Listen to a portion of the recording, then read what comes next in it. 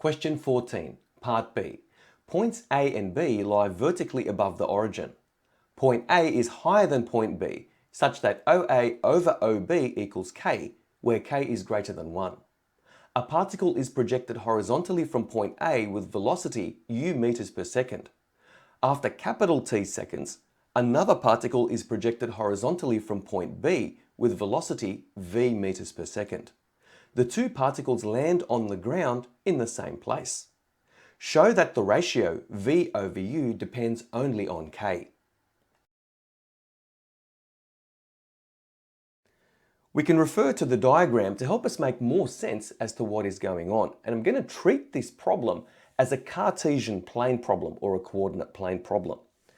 Now we have two particles, one at point A and one at point B, being projected horizontally across.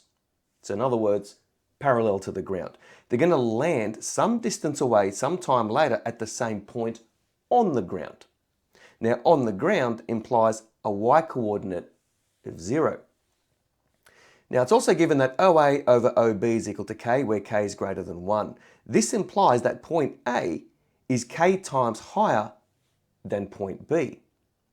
So if the coordinates of point B are 0, B, the coordinates of point A are 0, KB.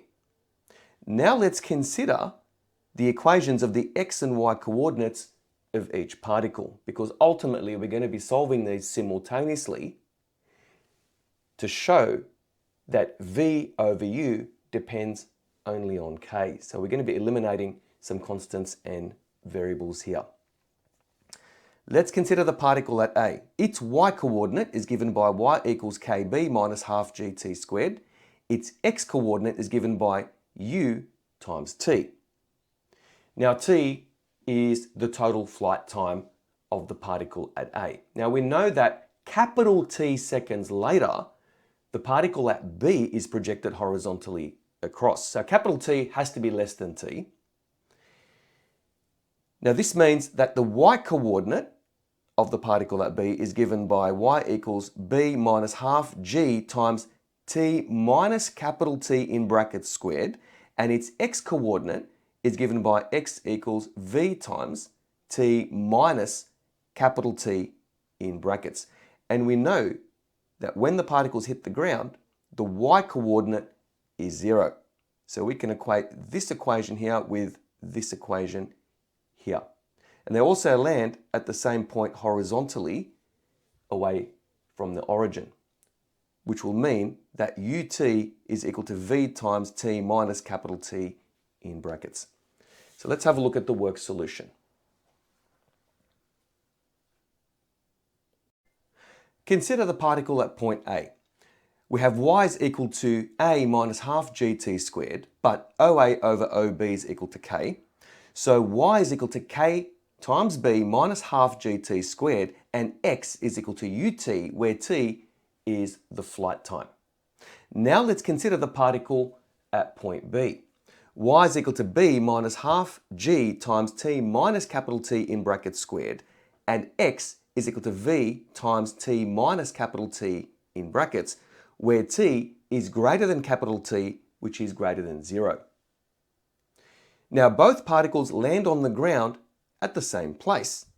Hence, we can equate the x coordinates of both particles. So ut is equal to v times t minus capital T in brackets.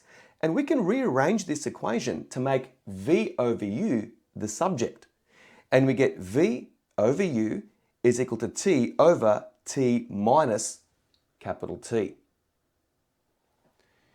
Now the y-coordinates of both particles is 0 when they land on the ground. So this means that kb minus half gt squared is equal to 0. So if you recall, that was the equation that represents the y-coordinate of the particle at A.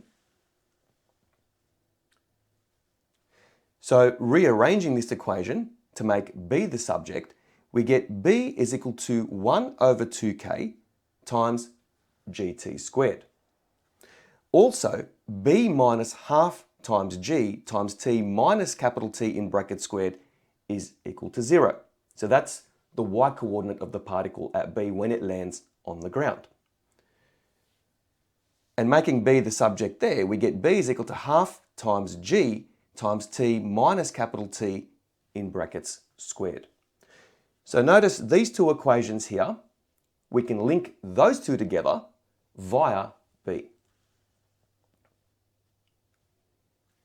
So eliminating B from both of these equations, we get 1 over 2k times gt squared is equal to half times g times t minus capital T in brackets squared.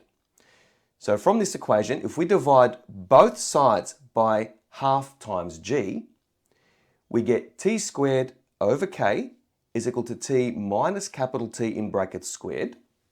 Then making k the subject, we get k is equal to t squared over t minus capital T in brackets squared. And taking the positive square root of both sides, since we know that k is greater than 1 anyway, we have the square root of k is equal to t over t minus capital T. If you go back to this equation here, we have a t over t minus capital T defined here, which is just v over u. So the square root of k is equal to t over t minus capital T, which is equal to v over u. So in other words, v over u is equal to the square root of k, which implies that v over u only depends on k.